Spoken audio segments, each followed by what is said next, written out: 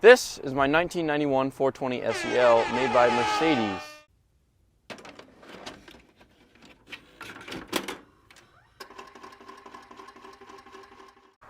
As you can see, there's a lot of dust on this car because it has sat here for a decent amount of time because of a no crank issue that I'm going to be figuring out in this video.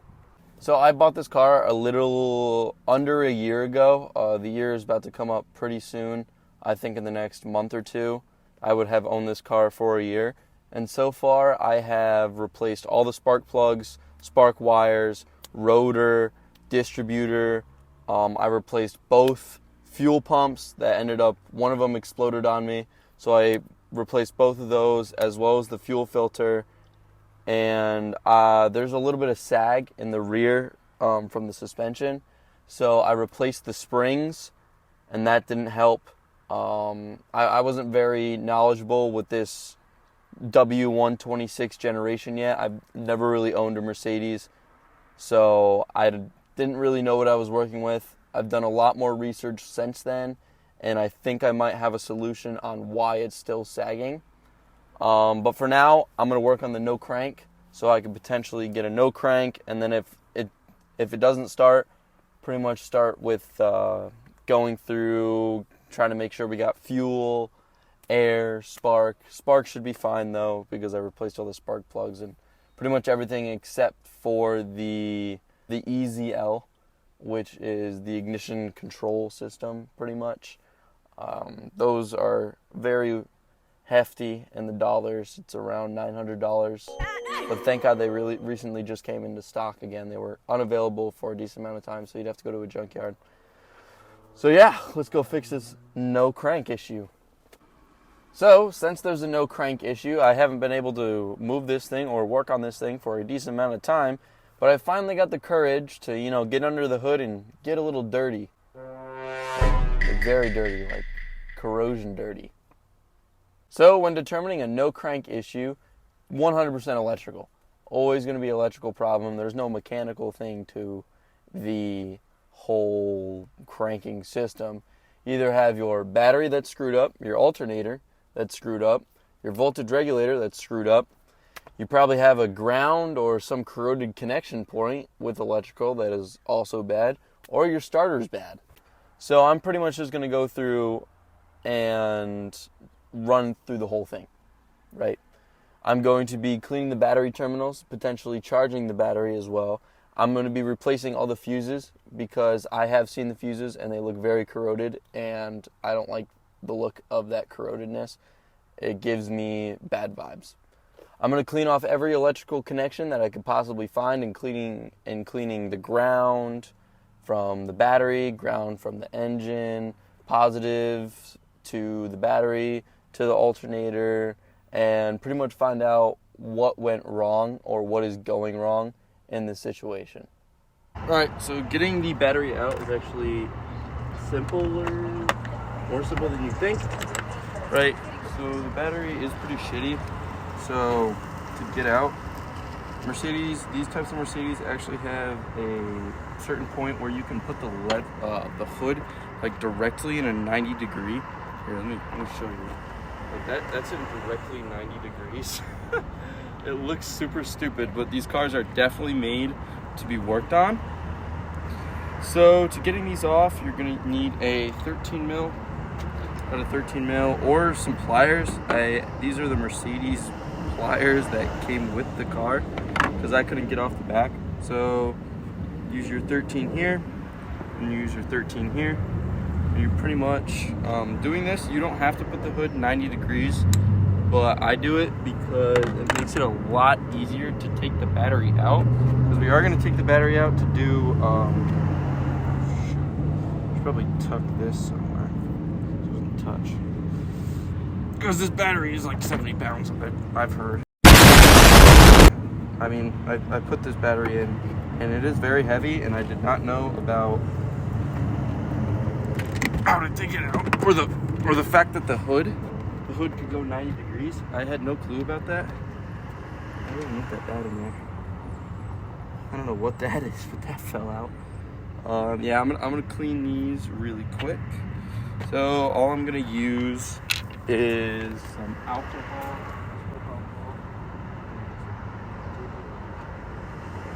Steel brushes. Pretty much clean this off. I'm gonna wear gloves as well. I just got some microfibers to wash this stuff off with, but I am gonna put some gloves on because I do not feel like getting any of this stuff on me. That's not good. Got a prostate exam. So starting off with the positive and negative terminal for the battery, I did get all of the electrical connections. However, they're not all in this video because the camera wasn't able to get a good vantage point or view.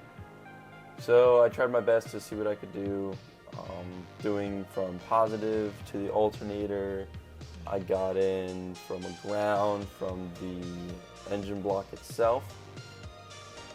Next, I started to do all the fuses. The fuses were highly corroded. You'll see that a little bit later, which is not good in the first place.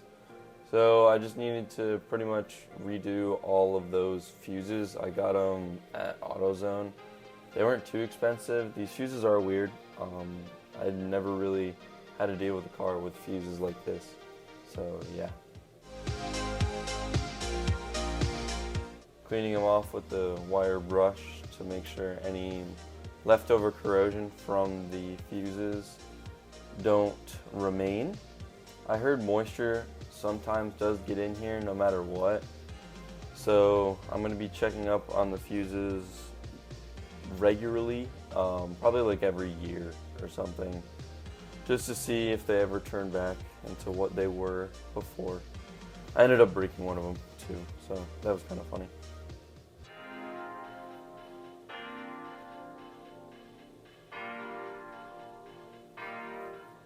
Yeah, that's how badly corroded they were. They started to have that white powdery substance on the fuses itself.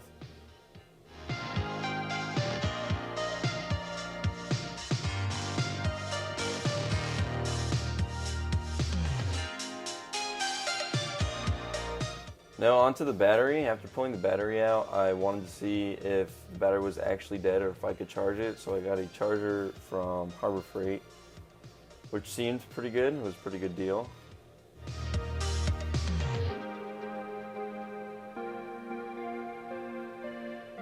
It's pretty easy. A wall plug-in, and then you plug the terminals together, and actually found out that the battery was completely drained and it was dead. So I did have to get a new one from AutoZone. However, it was on warranty because I had to buy one last year because the voltage regulator pretty much killed that battery, which was awful.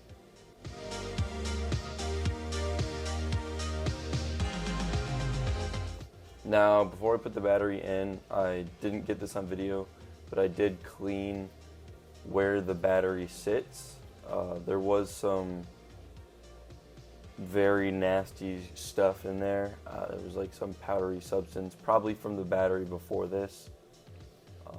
Some sort of leakage or anything like that from not the battery before this, but the battery before that one. The one I had to change for the voltage regulator that pretty much blew open the battery and had sulfur going everywhere.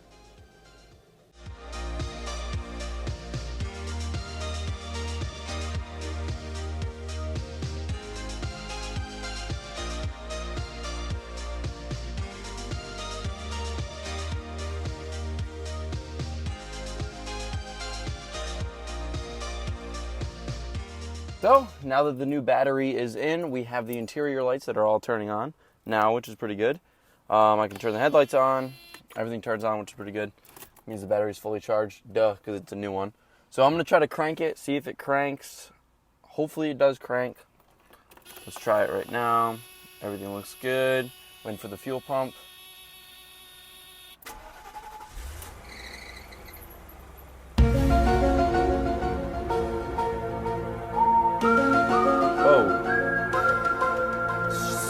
So to my surprise, not the surprise that it cranks, the surprise that it turned, Dang it, I really had a lot of YouTube plans for this to get it started, but it started right up. All right, sweet. So now that the car starts, we can actually diagnose what the problem was with the battery getting drained in the first place, pretty much what killed it. The first thing I'm going to test is the battery voltage now. It should be around 12.6. Right now I'm actually getting my multimeter out as we speak. If you've never used a multimeter before, pretty much black will go into calm. And if you're doing anything voltage wise, you're gonna put the red positive into the where it says all of them, unless you're doing more than 10 amps. But I'm not doing more than 10 amps, so I'm gonna put it where the V is for voltage. Set it to 20, because that's where it's gonna read. And I'll actually zoom in the camera to the multimeter. Okay, so you're gonna connect black on black, red on red. You're getting 12.4, which is fine. Yeah, that's actually fine. That's decent range. Should be 12.6, but I've ran this thing a couple times. Now we're going to test for parasitic draw, right? So you're going to disconnect the negative terminal from the battery. That, again, is using a 13 millimeter. Going from the back, disconnecting. I recommend using the negative terminal because as the positive terminal, you can potentially spark something, and that's not good. You could arc. I mean, you still could with this, but that doesn't matter. Next thing we're going to do is we're going to set our multimeter to the amps. Right, I'm going to do mine to 20. If you're getting more than 50 milliamps, that means you have parasitic draw somewhere in the car. Some component is drawing power. Do it through here. Oh, other way. Negative on the negative, positive on the wire itself. And so it's around 2 milliamps, like 20 milliamps, 2.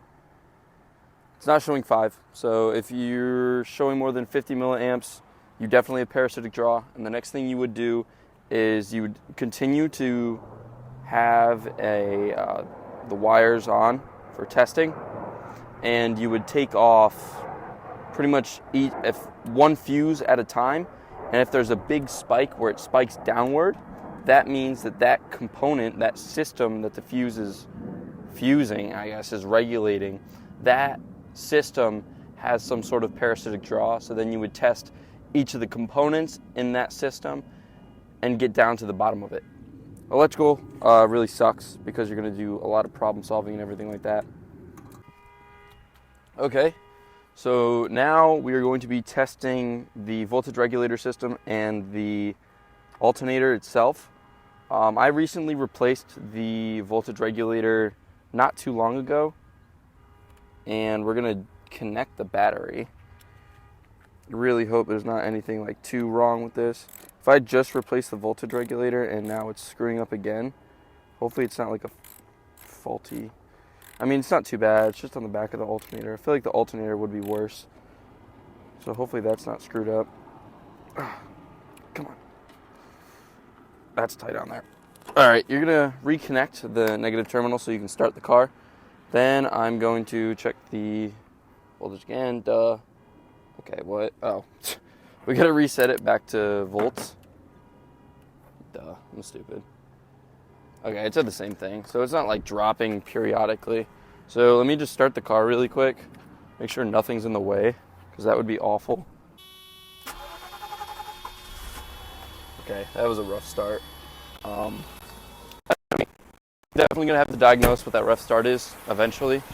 It might be a topped dead center thing, which is weird. All right, so now we're gonna test the voltage as it is now. It should be around 14.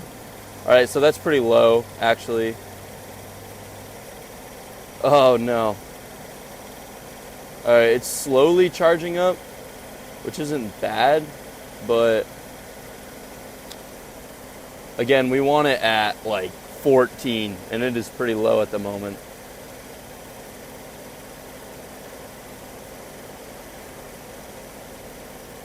Yeah, it's staying around 13.6, which is not like ideal. I wonder if you can see that. Hold up, let me see if I can position this right to get, okay. You definitely want it at 14 for an alternator. And say it is at 14, but it's rising and it's going past like 16, 18 volts.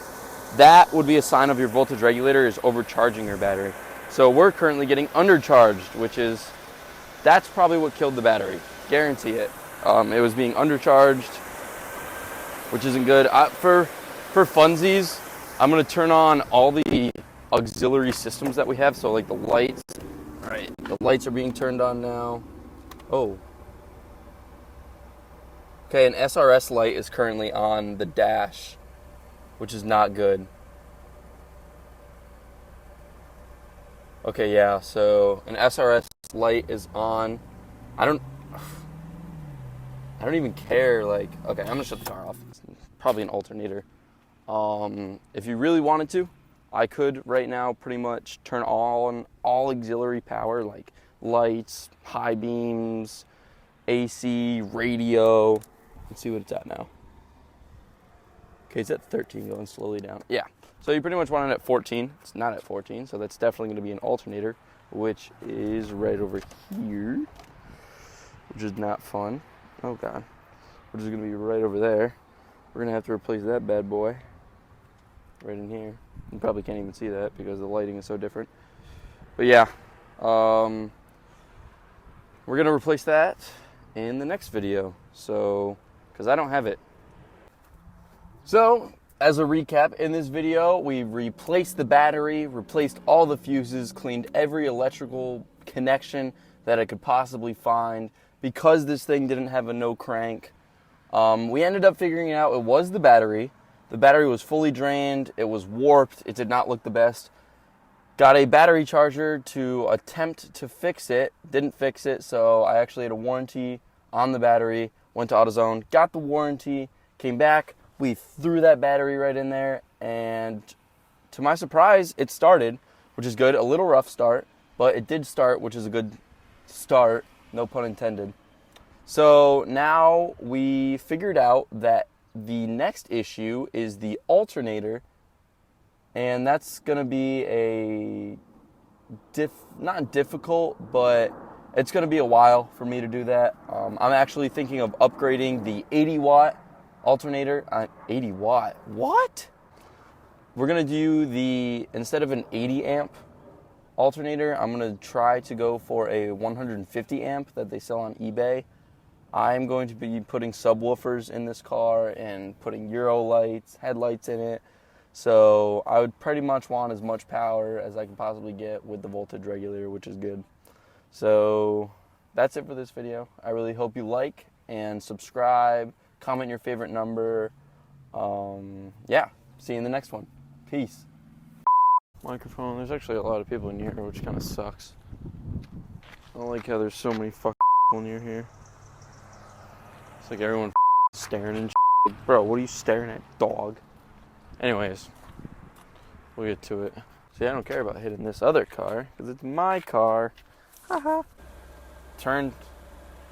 Oh, dang it. I really had a lot of YouTube plans for this to get it started, but it started right up, which is a good thing, but also damn, that really is unfortunate. However, it runs.